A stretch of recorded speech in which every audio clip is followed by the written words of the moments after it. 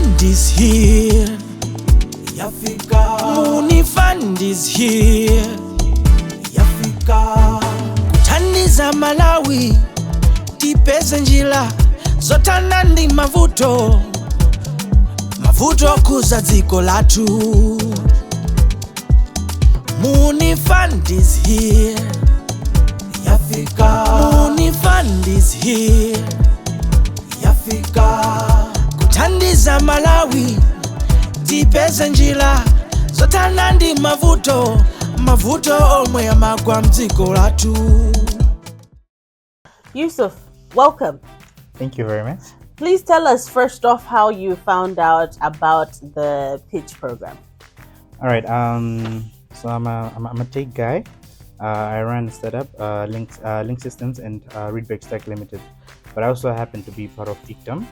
Yes. Yeah. So I saw some posts concerning this project, and also during one of the expos, ICT expos in Milongo at BICC. So I was ready for it. But okay, anything? Let's give it a go, a chance. Okay, so you've been ready. How long have you been in this space for yourself? So actually, my studies, I did bachelor's degrees in information technology. I started in 2015. Yes. And graduated in finished 2020 and graduated 2021. So after that, I got employed at Mobus as a part-time lecturer for running my businesses at Link Systems and Readback Stack Limited. Yeah. Now, talking a bit about innovation in itself, when you hear the word innovation, and seeing as you were lecturing, if you explain it to the layman, what would you explain innovation as? All right. So innovation, to put it in a simple term, is just to simplify the way we live. For example, if people go to get some water at the borehole, some people had to sit down, came up with pipes and so on, and then they brought water to your home. That was an innovation. Instead of using houses to go for transportation and everything, some people invented cars. We're now riding on wheels. Now we're even flying.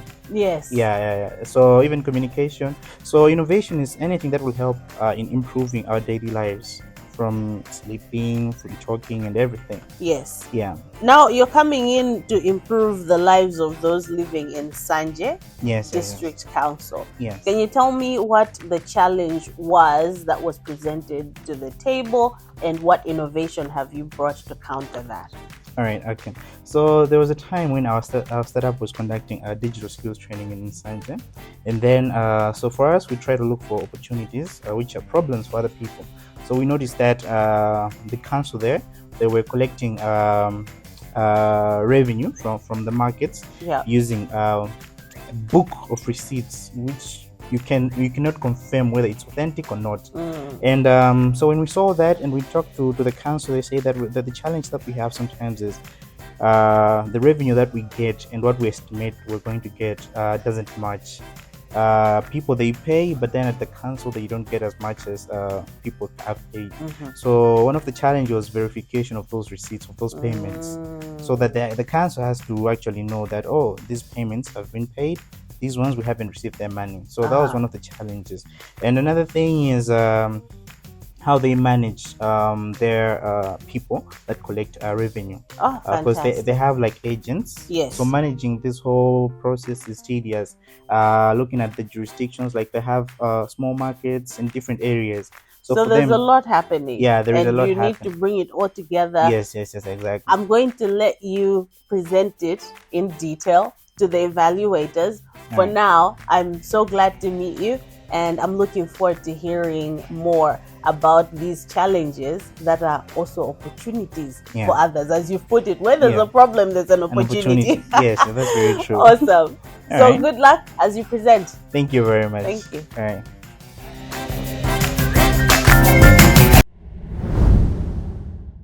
So I want to talk about Readback. I've just done that. So the problem that we're trying to solve mainly is about financial management in councils. So as much as we've been allocated to Sanje, but we're not limited to that. We can work with any council. So there is a problem on issuance of tickets where people, for example, market fees, they have like a hard copy, a book where they tore a receipt and give it to the any person that is using the marketplace. So there's an issue where people, they don't know. So sometimes there are losses that are made because of fake receipts. So that's one of the problems that we're trying to address, and even management of this reconciliation and everything of these payments as well. That's another problem. So there are issues to do with financial losses. Public trust is lost in that as well, in operational challenges. At the same time, compliance and regulatory challenges, because sometimes these collections, they also have to remit to MRA, part of that money. So there is a need to change that. And our solution is mainly there. It has those modules. So there is an integrated revenue collection and monitoring module, which deals with e-ticketing and verification. There is also digital billing and monitoring, and there is also, we haven't yet done that, but the idea is we should implement payment, we integrate with payment gateways. There is also a part of financial management and taxation. And there's also an issue of business registry, debt tracking, and management.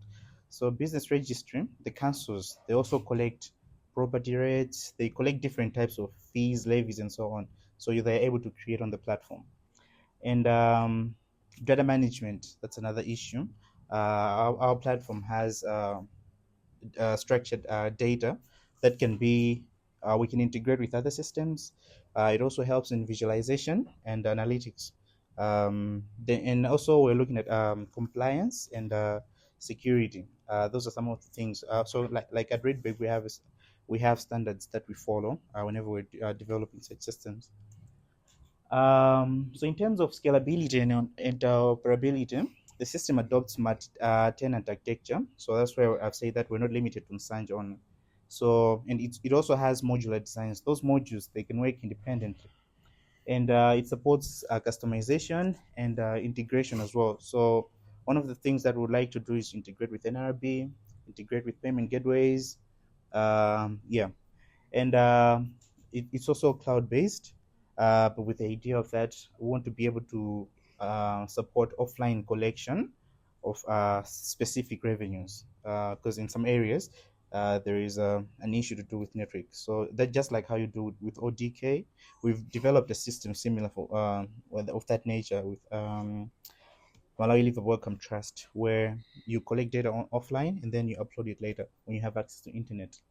And in terms of business model, there is a subscription based, and so the subscription based, and then there's also commission based model, and also continuous updates and improvements, where we'll be getting some sort of finances on that.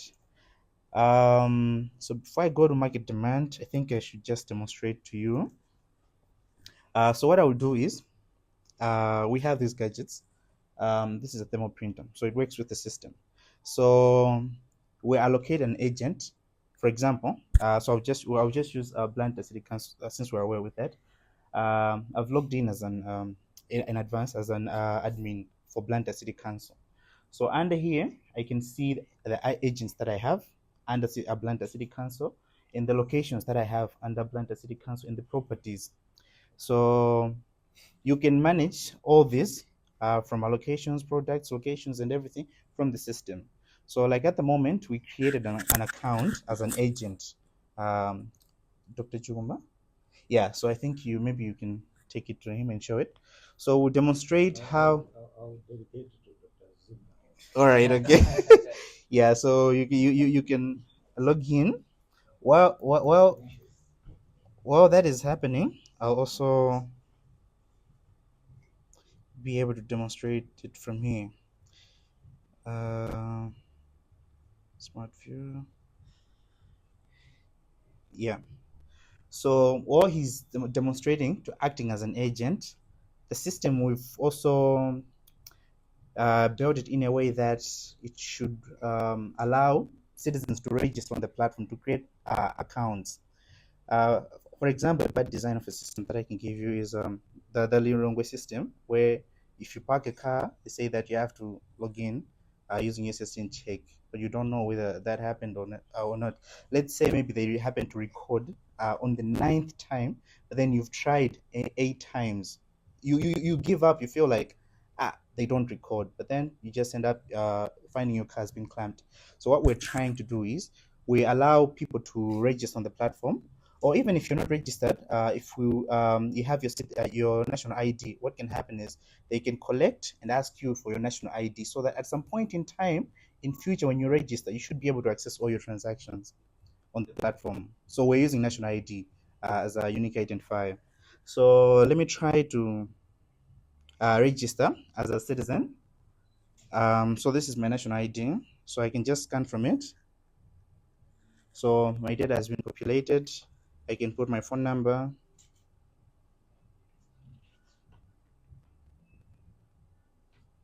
And write more one and password.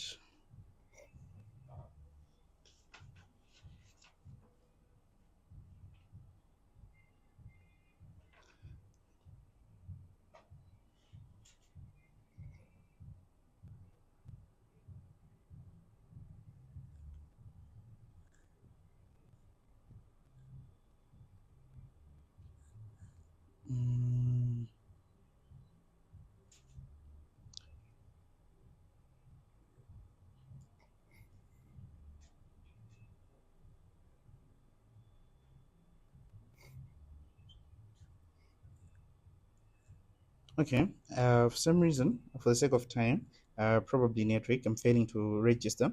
But for example, if I log in as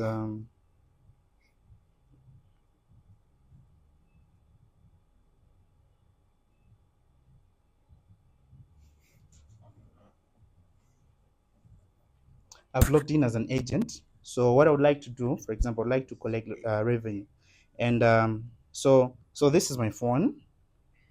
Some entities, they might not have these devices. They might say, okay, we want something simple, so they can tell the agents that, okay, you'll be using your phone. So in this case, I can try to use one of these printers.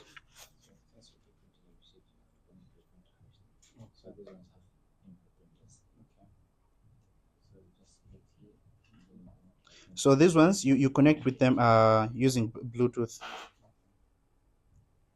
And I think you've seen that one has worked. Are you able to print a receipt? No, we'll just follow them. Okay, I know. I think you can be going ahead or something like that. So, once you want to the printer, if you want to read the pen, you can click on correct. And then you see this also, you see that you've navigated. So in this case, So I've connected. You can see that I've connected. And then let's say I would like to collect based on what I've been assigned to do. For example, blunt and market fee. So there are specific rates that have been assigned to that. If I print, I get a geocoordinate for the transaction, because we need proof for that. We need proof for that. Where's the other printer? The small one. Okay, I think I've connected to. The other print, because we brought two of these printers. But for that one, I think you've seen it. It has worked. You're able to generate a receipt. At the same time, I can view the transactions that I, as an agent, have been making. So I can see them from here. And at the same time, the tenant admin can be able to see all those as well. What's happening. So if you go under financial insights, we're able to see them. And you can generate different. So I was talking about geocoding. All those transactions have been geocoding. The importance of that is we don't want fake transactions being done at home or something like that. And so you have different widgets here that are showing different types of transactions and everything. And at the same time, there are under properties. Let's say I've registered management properties. We have these properties, and we would like to get rates. They're done by annual. What we have to do is basically you just go on update invoices. Oh. time is up. Oh, okay. All right. payments, just But go ahead and then Right. and then Okay. Thank you so much, Yusuf and the team. think,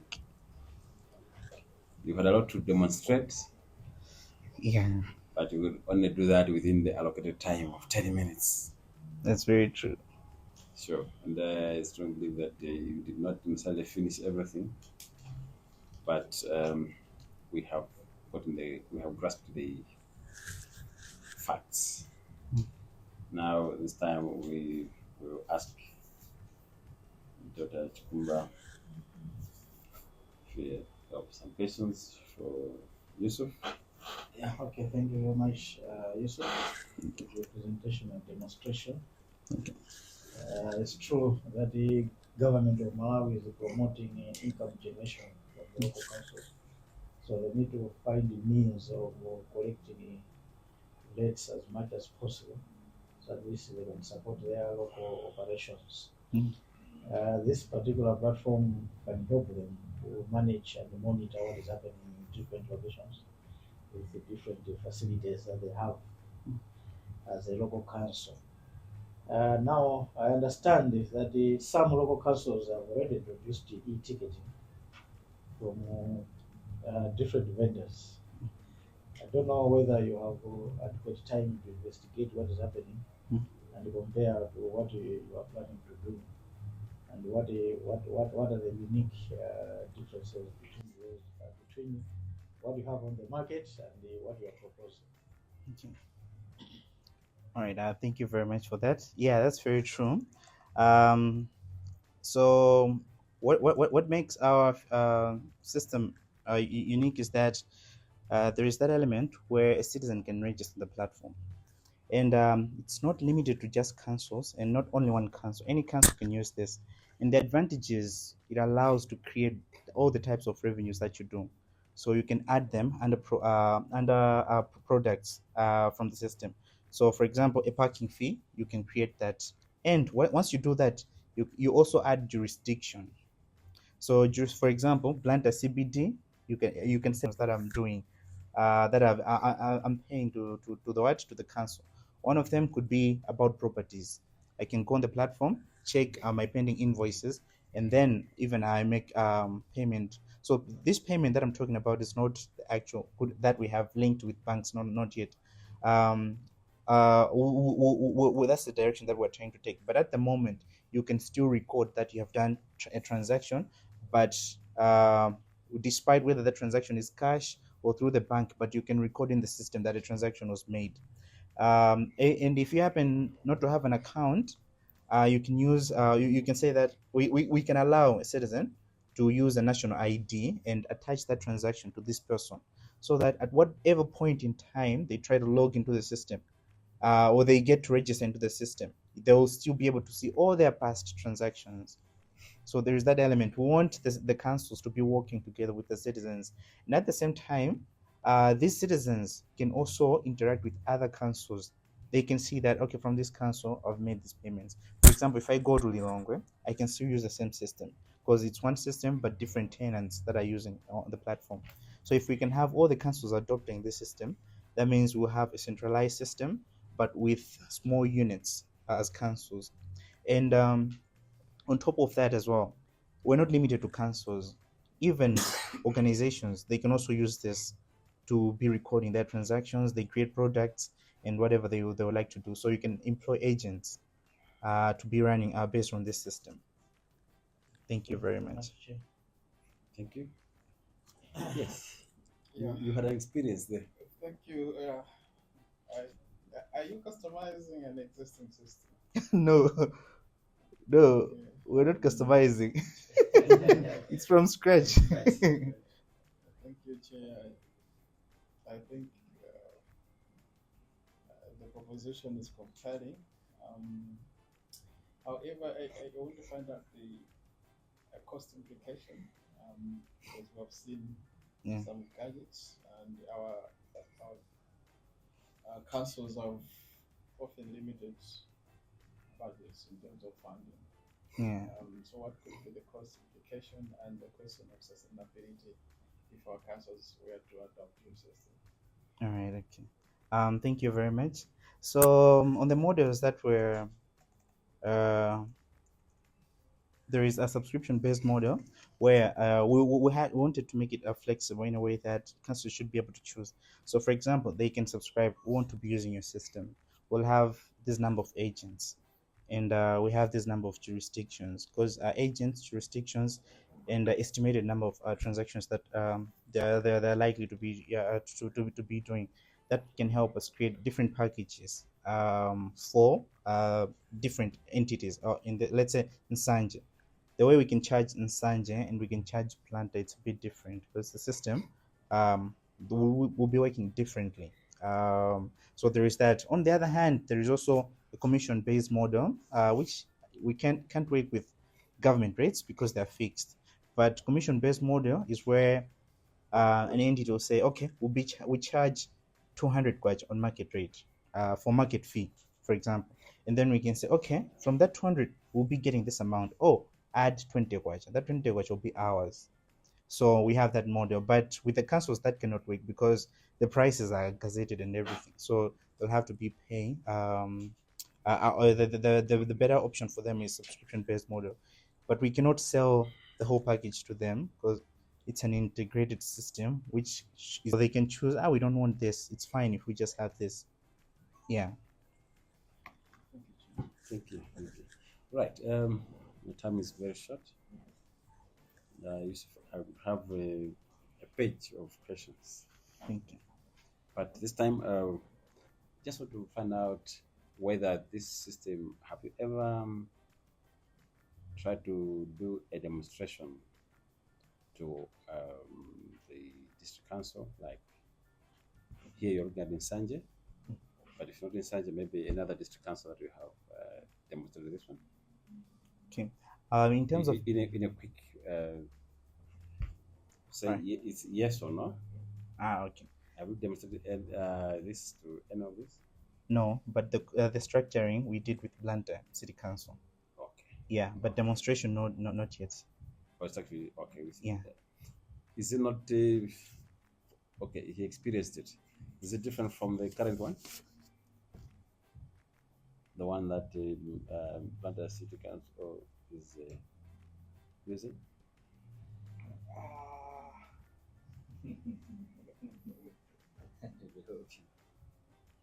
This is the current one? Yeah, this is the one that we have. No, this is the one that we've got. No, I think I would prefer this, but it's a personal preference. I know. Okay, fine. All right. In terms of registration of, I don't know whether that would be part of the process. When we look at who are you getting the funds from, either some vendors or other market players.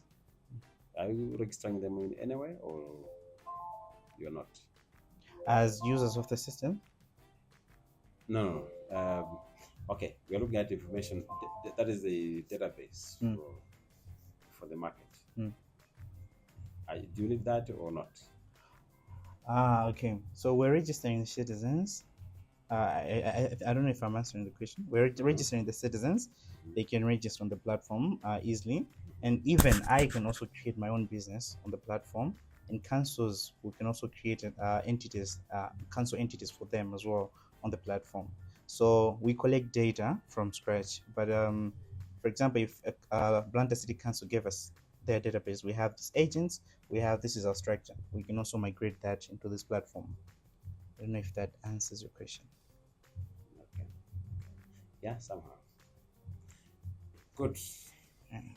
Good. Of course, it appears a solution to the inefficiencies that take place within our city or district councils, and it's something that can solve financial discipline. I believe, being that the funds are not getting to now. I don't know whether there will be an issue of cash like that in this case, because cash is where there is manual intervention. I don't know whether there is a way of taking away completely any manual intervention. Be it that discussion that you know what, I only have this. Can you, I don't know if that is covered. Yeah. So if you can. Time is out. But all right. Yeah. All right. Yeah. That's very true. But that type of intervention is something that has to be minimized. Yes. Yes. Yeah. That's very true. Yeah. Otherwise, it's a solution. It's a good start. Thank you very much for improving the financial efficiencies in our district councils. Even the service provision to the markets, likewise, or the city, that will help. So thank you so much for this. We have witnessed an e-ticketing system. I think the proposition that is coming forward is very compelling, and the systems are quite comprehensive. We did not have enough time to look at the different modules and functionalities of the system, but from the sample that we got, we are impressed with the commitment, the vision, the direction the system is taking. Indeed, our councils can benefit from this, and these technologies can be a tool to remove all the vices of frauds and other malpractices that are going through in our financial system. So it's a welcome development, and we wish the innovators well as they perfect their system. So giving them suggestions that we hope they will take on board as they will be involved in their system. Thank you. Be on the lookout for various giveaways during the airing of the Muuni Fund Pitch Program. To address the challenges that were raised by Machinga District Council, and that was something to do with the teacher attendance. So we've developed a system called GetMan that will be tracking teacher attendance in our education institutions. So in this system, we have a mobile app and a website, and this is our website. So as I said, this is like the very first page where you're supposed to enroll a teacher. So I want to involve one of our judges so that I can be able to demonstrate. So I was just entering the credentials of the teacher, and I've just submitted. I'll be waiting for internet, and as I'm doing that, I want him to also enroll the fingerprints, to enroll his fingerprint on the fingerprint sensor. So, sorry.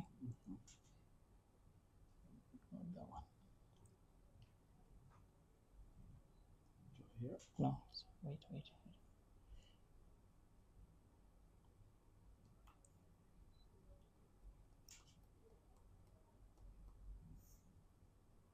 Yeah, put your fingerprint. Yeah.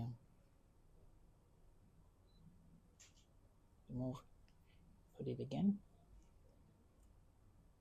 Yeah, move it. So what I've just done is to register a new teacher into our system.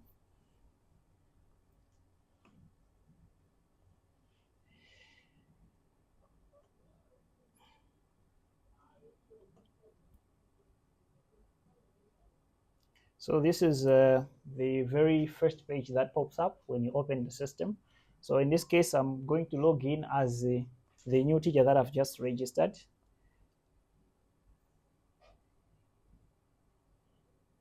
If I log in, it takes me to this dashboard, whereby if the teacher now is trying to check in into the system,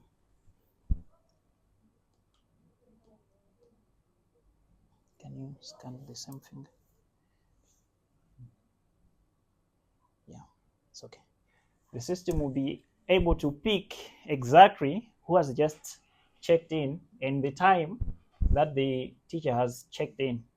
And also, when it checks in, there will be considerations of time, as in this time you just checked in at somewhere around to 4. So the system will recognize that this is not the actual time that you're supposed to check in into the system. So the graphs, as they'll be presented. They'll be showing that you either were punctual on this day or you were not punctual on that day. And can you try to check out on the sum?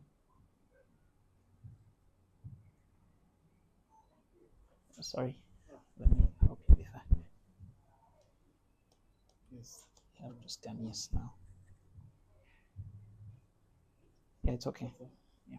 So when you check out, the system will also record who has just checked out and also the time you have checked out of school. So as I said, we're just trying to address the challenges that were raised by Machinga District Council, and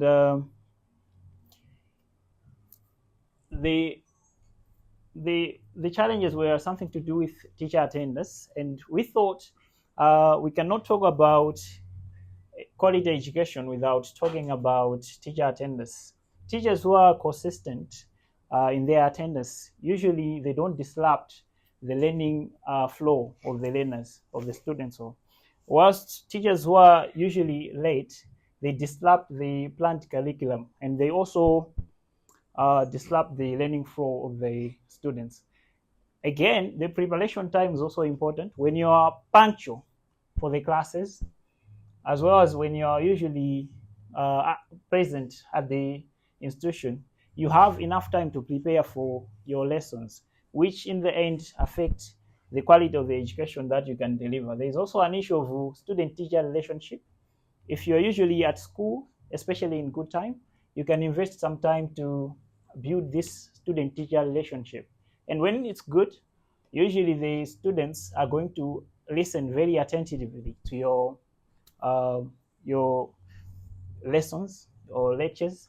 And finally, we also have the issue of role modeling. As a teacher, you are the very first role model to the students. And normally when you are late for classes, students in most cases tend to be also late for classes.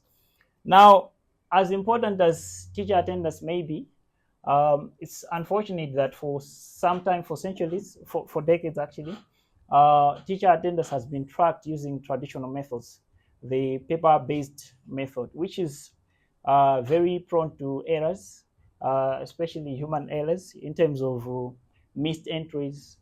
We can have inaccurate timestamps, and as well as the unreadable signatures. We can also have the issue of time. This paper-based teacher attendance tracking system is time consuming. There's also an issue of accessibility.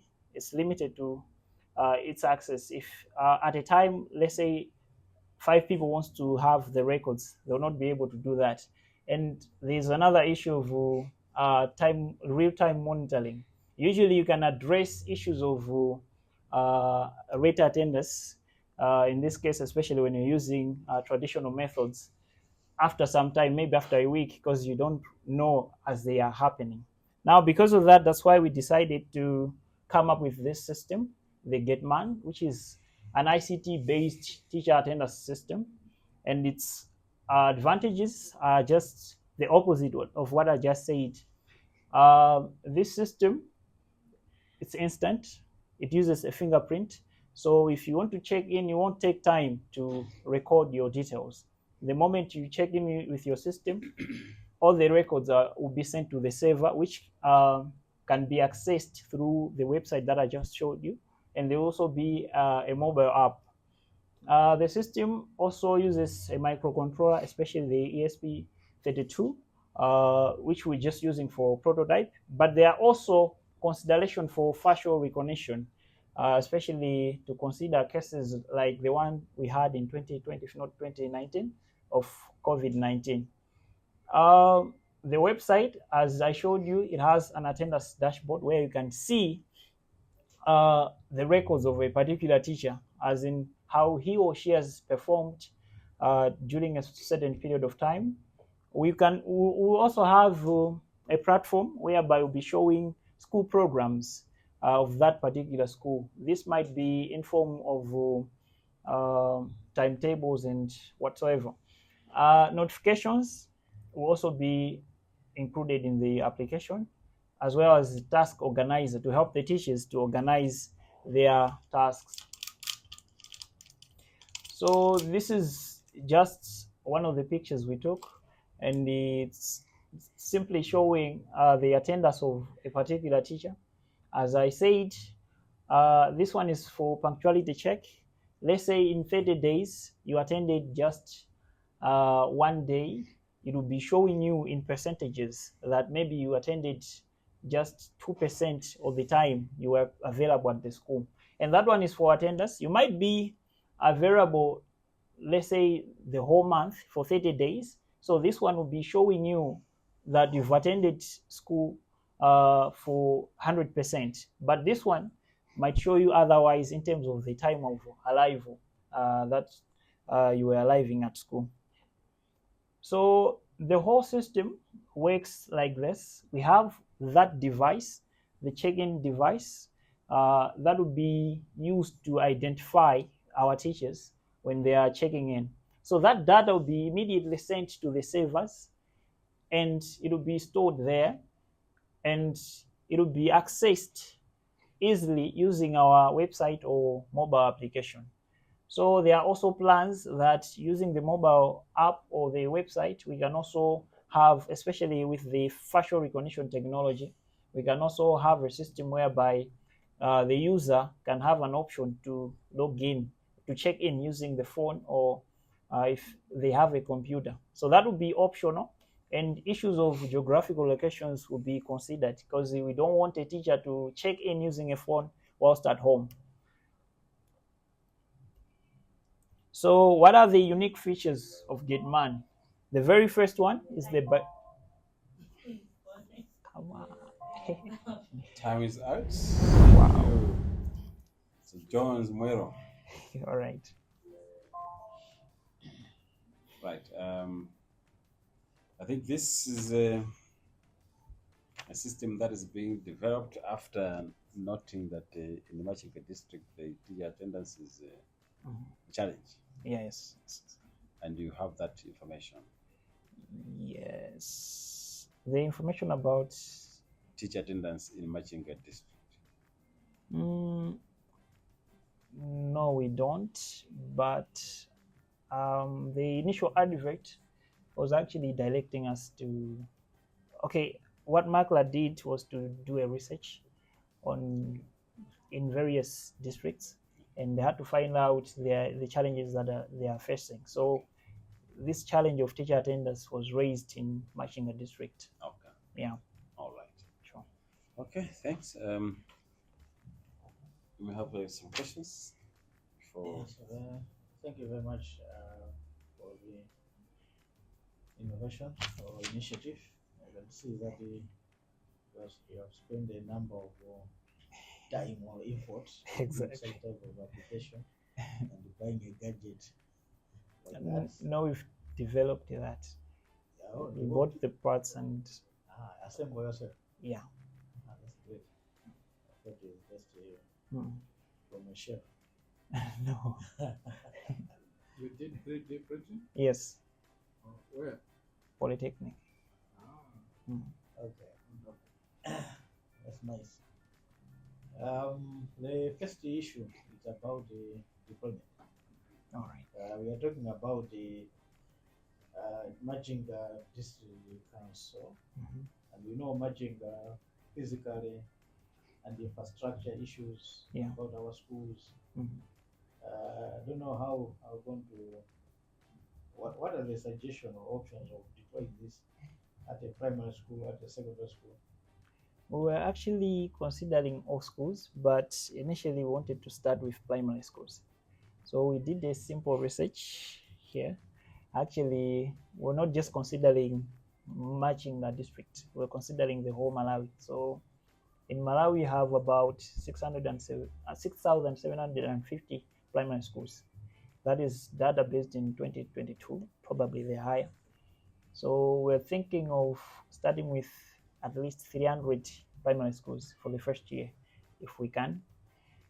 Yeah, primary schools before we get to the other schools. So in terms of infrastructure, how going to deploy it at the primary school? All right. The system that we've developed, we actually considered where we can mount it. So this one is supposed to be mounted at the door entries of the staff rooms because it's for teachers. So when they come every time in the morning, they have to check in and then they go inside. As they are knocking off, they have to check out like that at the door entries of the staff rooms. So it has. Have you considered the security of the budget? Security wise, we're considering that it's a staff room. So normally at the staff room, the security is a little better than in the classrooms, but it can also be mounted in the inside the staff room. Yeah. Right. Sure. Issue of mobile. We're talking about location. Yeah. How about to control the use of mobile to check in and check out? All right. Mobile application, right? Yes. Okay. For now, we're just planning that we'll have that device for checking and checking out. But the use of mobile application, we considered that every time we are registering a school into the system, we'll have to record its geographical location, so that when you're checking in using your mobile application, it has to be within that, around that premise, around that geographical location, so that you cannot log in. If the school is here, you cannot check in whilst you are in Limbi. You have to be very close to that location. Have you considered another option where I can just use the QR code? QR code. Yeah, for example, QR code. So I can just come with my phone. You can register my phone to the system and come to the staff room. Instead of using that gadget, I can just scan a particular code. Okay, yeah, we considered that one, especially the use of cards or maybe passwords. But the issue is, if I am at home, I have a best friend at work, a teacher, I can just give them the go and check in. So that's the reason why we have the biometric fingerprint sensor. Okay. Yeah, it has to be unique for that teacher. Yeah. And the biometric is also transferable. Transferable? Yeah. But yeah, it can be transferred, but as we have done, the name and the person are different. Okay, I just registered. It was me. And the one. Okay, I didn't know. You can use a smart sticker here and capture it, and they can send handshake and touch it here. Yeah, that is very possible. But I think going to that extent just to register that you were at school, how much are you spending? So, yeah, but we considered that one. No, it's your time. No, anything that uses IoT, AI fascination, I think it's a good innovation. But as my colleague has said, you have to consider the cost implication, the security, and more importantly, the sustainability of the project. So, for me, Chair, it's just a comment. Thank you. All right. Thank you so much. And thank you, Jones.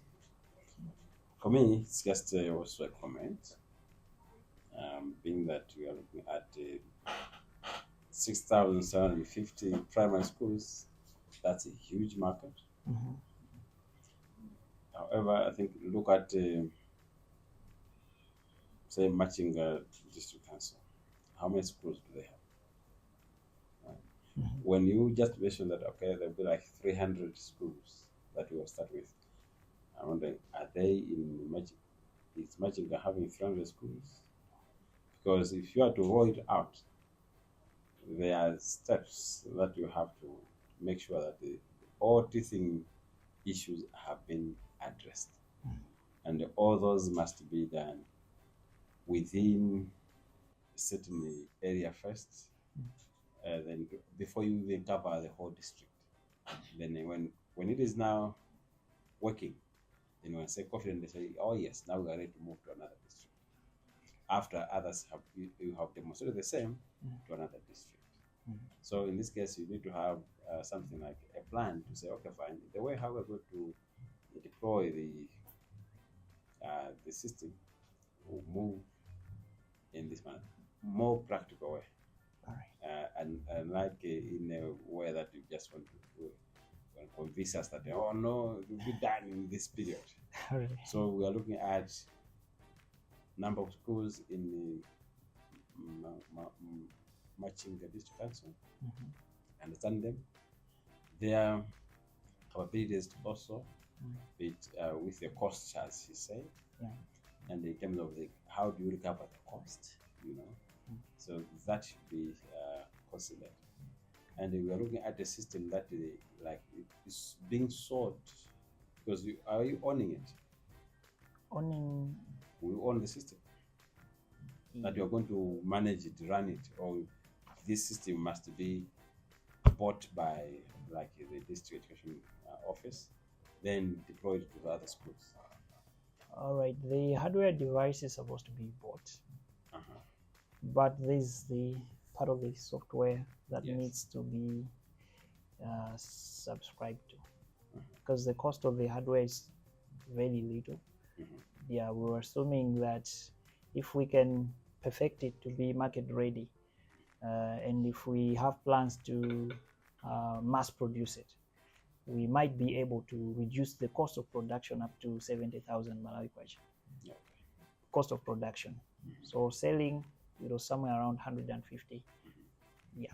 So just also look at the issue of reports that they say the headmaster would want to see, looking at the performance of students versus the attendance.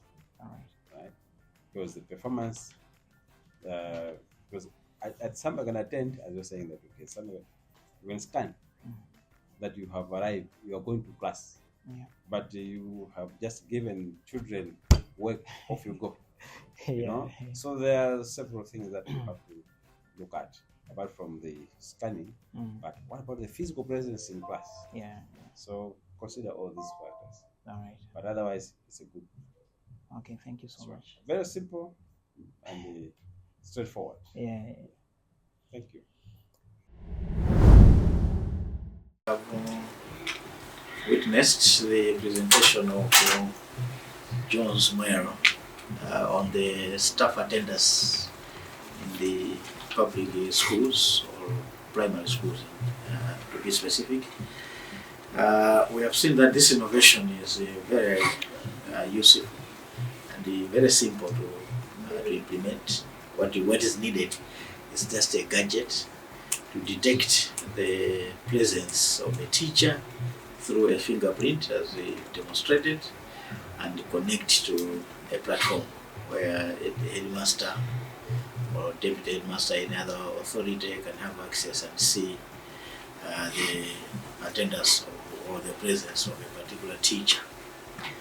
However, as considering our economy and infrastructure in our primary schools, they need to think about ways of deploying those gadgets in schools, and the operation of those gadgets. We're going to maintain them to make sure that they are operational throughout. So at least we cannot have excuse of saying the system is down.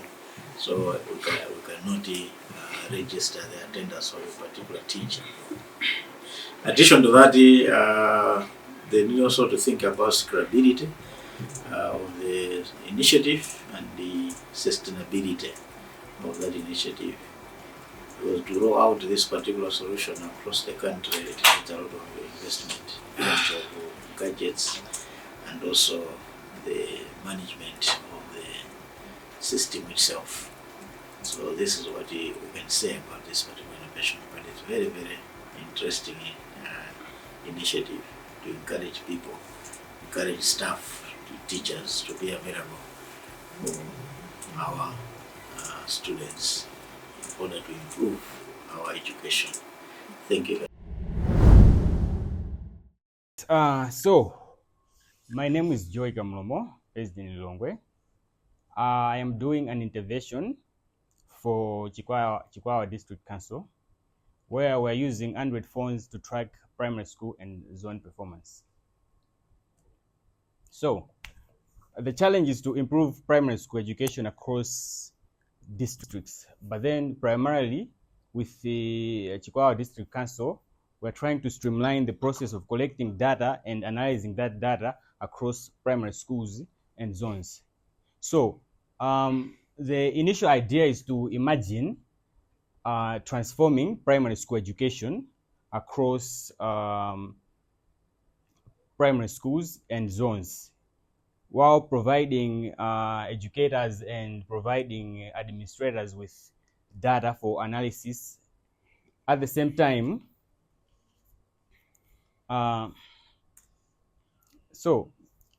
what is the problem? The problem is these days we have a lot of traditional methods of collecting data, right? For example, we have paper-based methods, which initially lead to having delayed data, limited analysis in some areas, and fragmented interventions. Potentially, this leads to unequal opportunities across different primary schools in cases of interventions and maybe funding and the like, and it ultimately hinders a lot of performance among students. So, what is the solution? The solution I'm trying to achieve is to provide a scalable, accessible, and cost-effective Android application whereby it provides services like data collection, analytics, and data sharing. So basically what we're trying to achieve is, for example, a teacher can have an Android phone to collect data in their classroom for performance-based analysis, let's say attendance, collecting data on test scores. At the same time, the application will bundle that data and then it will give an output of overall analysis. Now, using the same application platform, we can share that data to different stakeholders and administrators. So, the application is designed to be scalable and sustainable at its core. It is designed to reach diverse environments with a lot of different infrastructures in cases of maybe urban and the rural regions of Malawi. To say an example, we can say we have places in Malawi whereby we can have very limited internet connectivity. So with an application like this, we can utilize it to be used in those areas because it is designed to be offline first, whereby a teacher or an agent can use it without needing a lot of internet connectivity. And then whenever internet connectivity is established, the data will be sent to administrators. To ensure that there is long-term viability of the application, we'll ensure that we collect a lot of user feedback. So we will have users like teachers and administrators to give us the feedback on how they are using the application, and if there is any possible change that we can make to make ongoing efforts desirable for the stakeholders and the users. How is the application interoperable? The way we have designed the system is to make it to be able to exist with systems that are already available, systems and databases. For example, we can have a student database for primary school children, of which we can integrate it with the application to populate that data for accuracy's sake. Yes, we will also follow industry standards that allow us to exchange information from one platform to another without voiding security.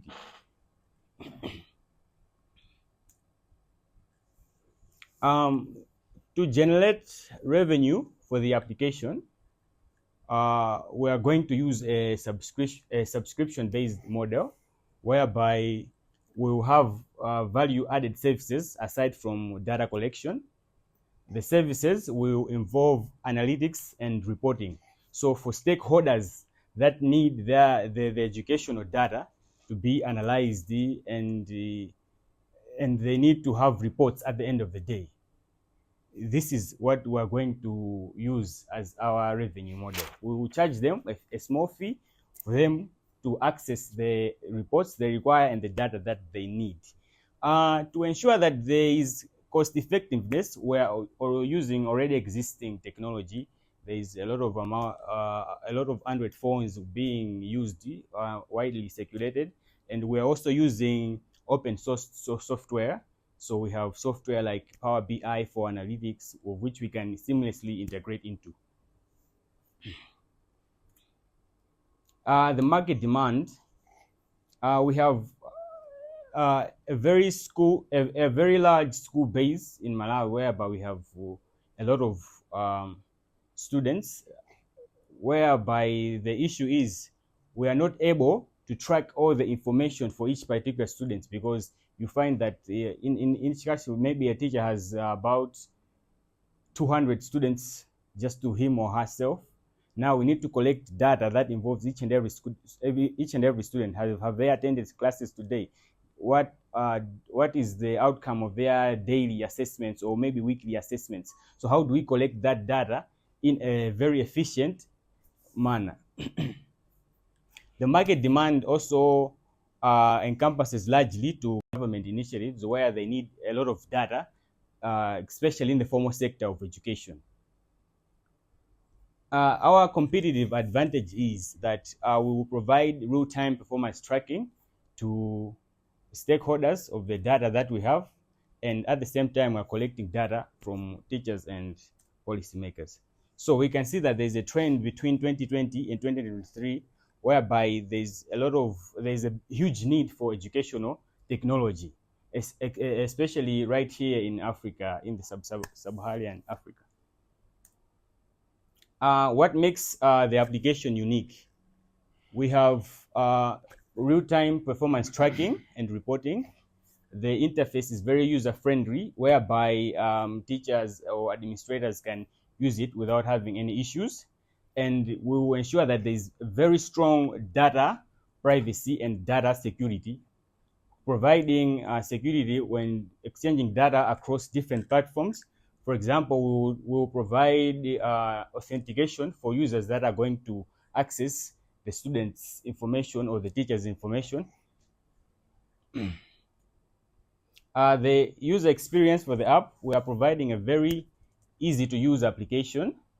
At the same time, we are providing data privacy between students where their data has been collected, teachers who are using the system, and at the same time, stakeholders. So this is to say that we have provided a cost-effective solution for data collection and analysis in the educational space. So for a prototype, we have a web-based Android application, which is both cross-platform. You can use the application as a native Android application.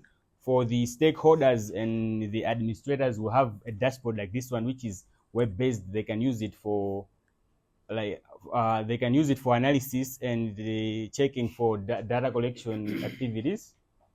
From the prototype for administrators, you can see that when you access the system, you have where you see overall data collected, you have schools registered, you have zones, and then you have analytics. So for can I come close to show you? All right. For the Android mobile application, yes, where this is the dashboard, you can have the analytics. That's for a specific teacher with their classrooms and their students. So you view performance. You can see that you have student data from different classrooms. You have data. You can collect data for attendance. So you can mark attendance and submit attendance. You can collect data for test scores and the core subjects. So you have analytics for number of boys and number of girls in different core subjects. and how they have performed. All this data at the end of the day is going to be synced to an administrator. That administrator will have the overall analytics of how the schools and zones have performed in a particular period of time. So you can see that we have user credentials for a teacher. They can log in with their own access rights to the information, ensuring that there is security across people who are accessing the data and people who can view, who can share the data it with. I think for me, so thank you for this presentation. Yeah, I think it's looking at giving solutions to education sector. Yeah. If my colleagues who have questions from you, I'll start with you. Okay, thank you, Chair. I just want to understand the data analytics model of your system. In what essence? Will it be within the system, or will it be cloud-based, or how?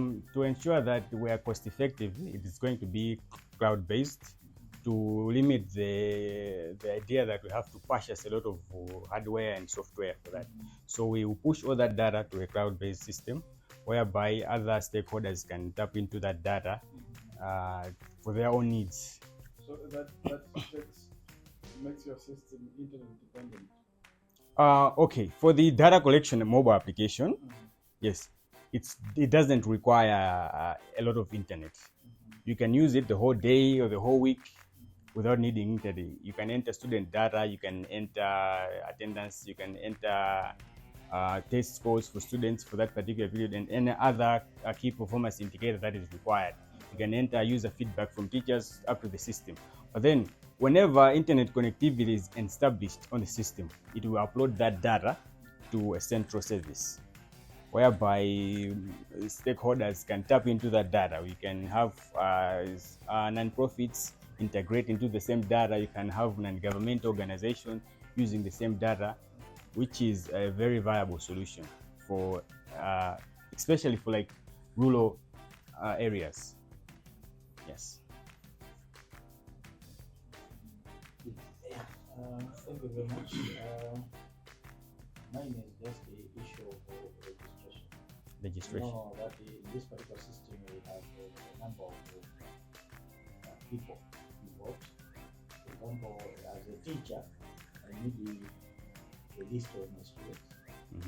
Also, as a teacher, I need a list of subjects that I'm teaching. As a school, we need a list of teachers that should be available in the system. Yeah. So my question is, who is responsible to register this? Okay, initially, upon request that we need the application, let's say in a certain primary school needs the application to manage their school activities. The moment they request it, we can just have them give us the number of teachers they have and the data like names and the like. And then we'll populate it in the system with the credentials, and then we'll issue the credentials to them. Yes.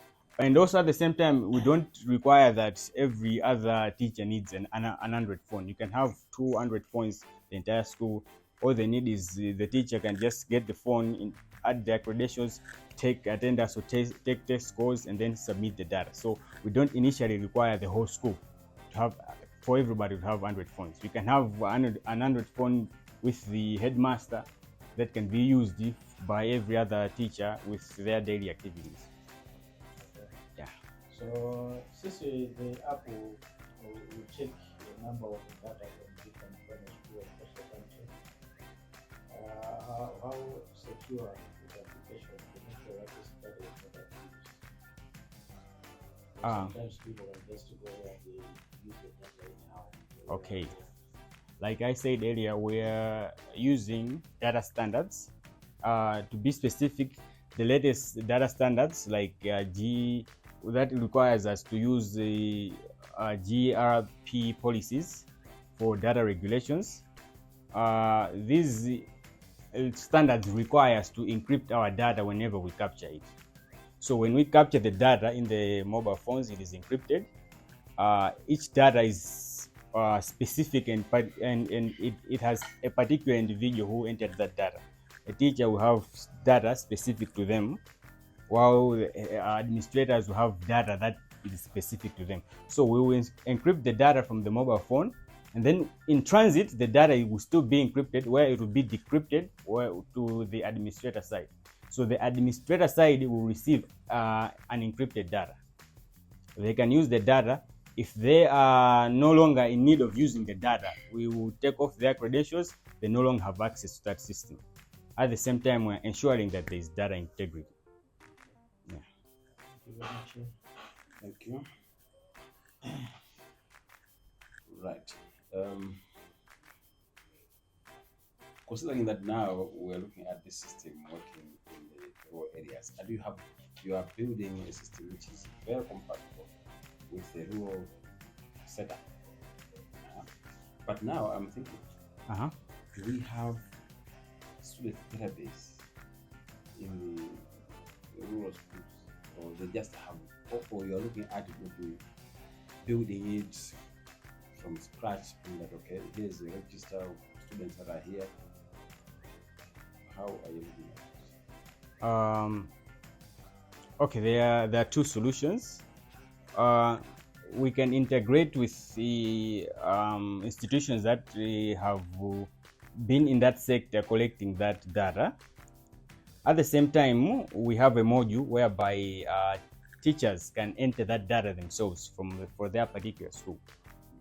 It is very easy, whereby you can either enter it manually, name, gender, class, or you can just capture an image with written information and then it will upload the data to the system. So it will be very easy for someone to capture data from the system, as opposed to having to manually do the whole load. Thank you so much. Now, in terms of the availability of funds, you're saying that you may have 2 or 1 per school. Classes are taking place concurrently. How is the data being collected? Because by the time that the class is finishing, we should have the register already taken that this class had these students, and so it means the okay, essentially, with the design of the module, you have options to mark available students. You have options to mark unavailable students. So there is a very unlike ability that the whole class will be unavailable. So for a teacher, they can note that, okay, today maybe we didn't have 4 students unavailable, which they can just go back to the system and just say Jane Doe was not available, Joy Kamom was not available, and then they can mark the rest available. So at any time, but during the same day, they can do that. Well, maybe in between transiting to other classes, they can do that. So they will not have an issue. And I didn't have access to the phone, so I couldn't capture the data. As long as they know that 4 students weren't available, they can directly go to the system and just unmark those students that they were unavailable. For the same thing, test scores and the like, during the time they are bundling all that data for assessments, exams and the like, they can share around the mobile phone, enter their credentials, capture the data, enter it into the system and upload it, which is very seamless and to integrate into those kind of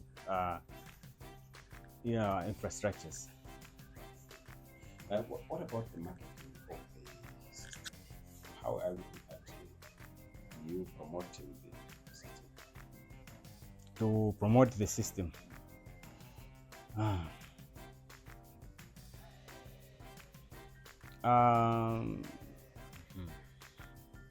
Okay, to promote the system. Or you are relying on the district education office, where you are going to sell the system and then they will sell the system to the primary schools. Okay, because there is a very huge need for data collection, we have educational bodies like MANEB. They are the ones that can help into bringing the application to the market. of where they will establish it through piloting phases to different institutions, let's say Chikwawa District Council, educational division. We can talk to them and have a discussion on which services they require, and give a light to them of why they need the services. Yeah, so. Thank you so much, Joy. I hope it was worthy coming that you should present this to us. We are looking at it as another innovation that can help the education sector, either Power, but also other districts. The challenges of education are the same. So, all the best. Thank you. As we move forward. We have just received a presentation from Joy Kamulomo, who was concentrating on the system to help education sector, especially the attendance of teachers.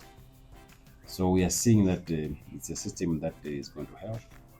It's a very helpful one because most of the teachers nowadays, the attendance has been erratic, and it's a challenge that is also in other district councils.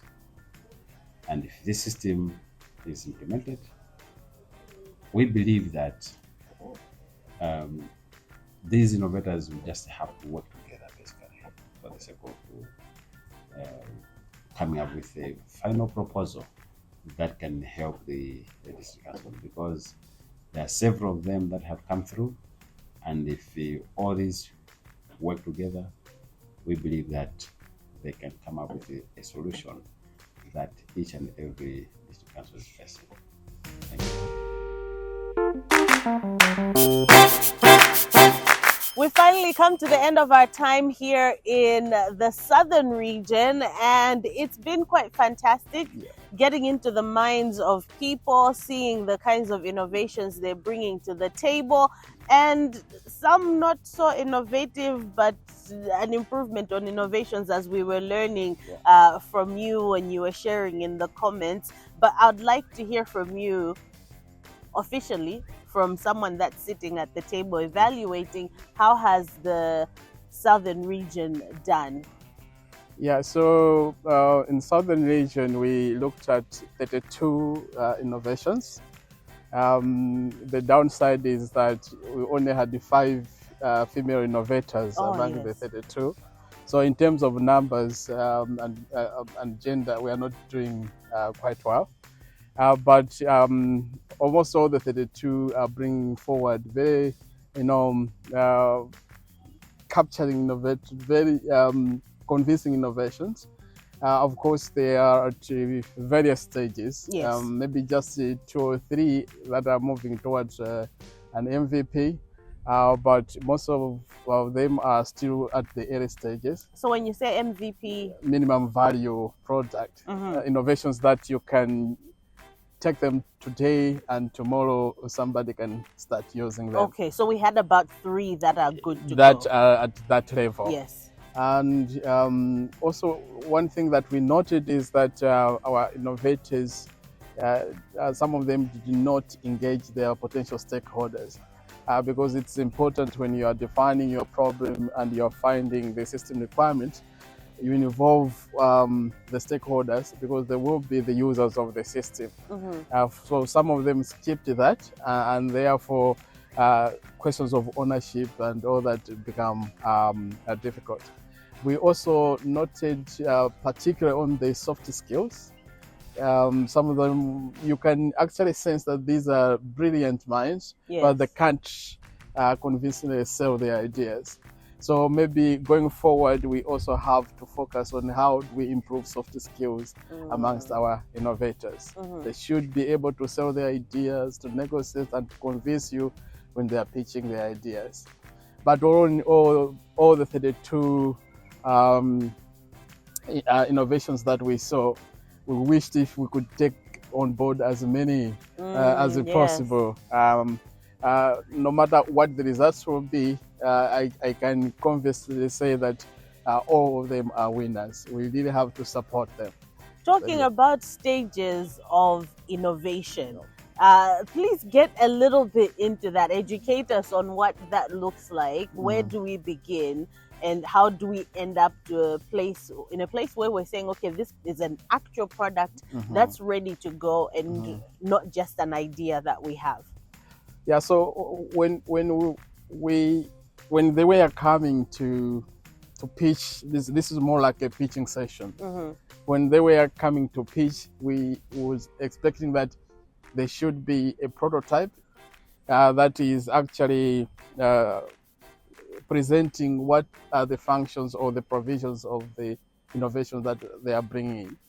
No matter that it might not be a perfect system at the moment, but it can give you a picture of what you expect.